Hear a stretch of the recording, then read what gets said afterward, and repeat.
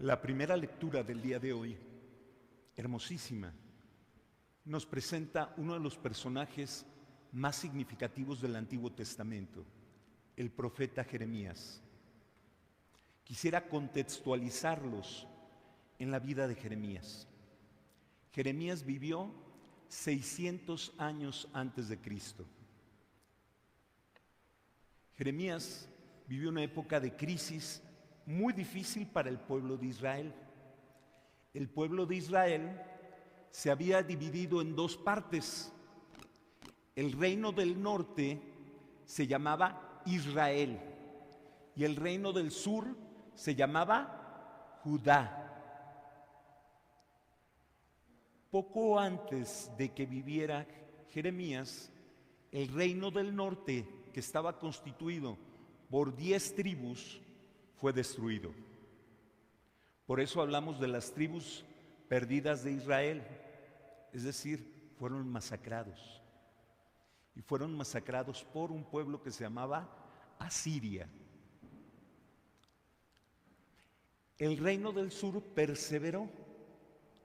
Por eso los descendientes del pueblo de Israel les llamamos judíos, porque quienes sobrevivieron fue la tribu de Judá. La tribu de Judá se había hecho entonces aliada de los asirios, que era el ejército más poderoso de su época.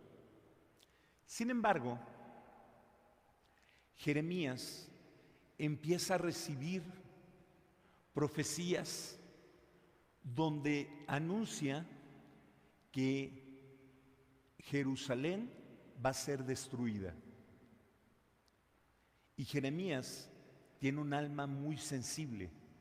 Si nosotros buscamos en el Antiguo Testamento cuál es el alma que más se parece a la de Jesús, es la de Jeremías. Un hombre sensible, un hombre bueno, un hombre generoso y amable. Pero Dios le da una misión sumamente dura: anunciar al pueblo que si no se convierten van a ser destruidos. El rey, los sacerdotes, todos le dicen: Asiria nos va a defender, Asiria nos cuida. Y les dice Jeremías: no confíen en Asiria.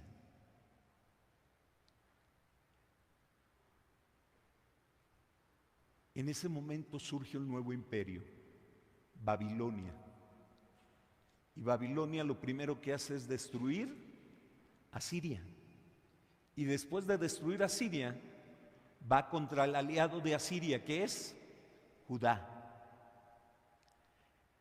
Jeremías insiste: tenemos que cambiar, porque Babilonia va a destruir Jerusalén.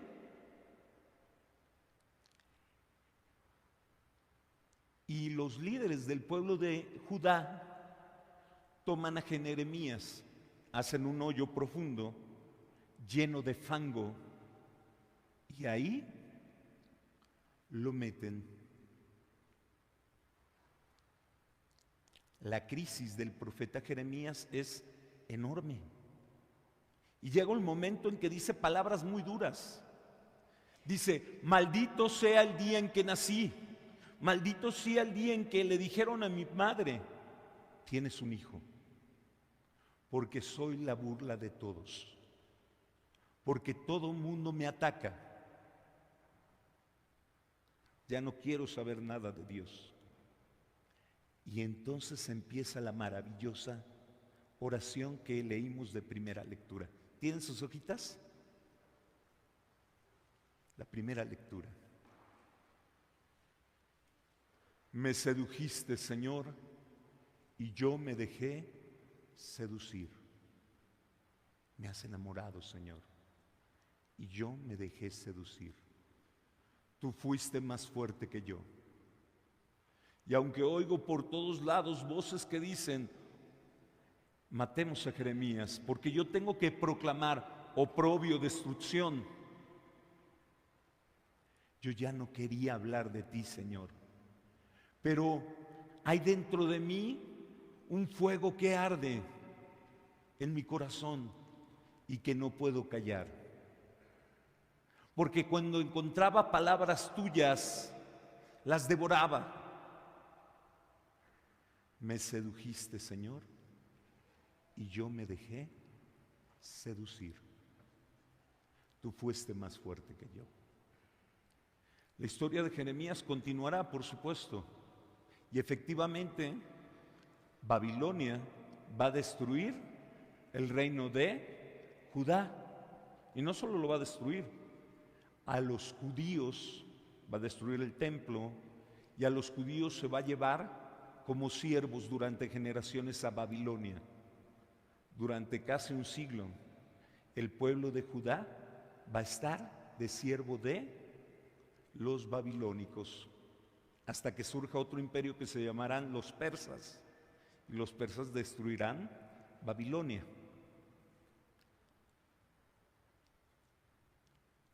Me sedujiste, yo ya no quería hablar de ti, pero hay un fuego dentro de mí que me hace seguir hablando de ti, aun cuando me haces decir cosas que no quiero hablar. Qué solidez del profeta Jeremías en sus valores. ¿Saben qué es lo más difícil para mantenernos en nuestros valores? La burla. Todos se burlaban de Jeremías. Qué difícil es mantenernos en nuestras convicciones, en nuestra misión, cuando los demás se burlan de ella, cuando los demás hacen escarnio de nuestros valores. Y en la vida siempre va a haber conflicto de valores. Y nosotros, como Jeremías, aun cuando muchos se van a burlar de nuestros valores, nosotros tenemos que mantenernos firmes en ellos, enseñarlos, defenderlos y proclamarlos.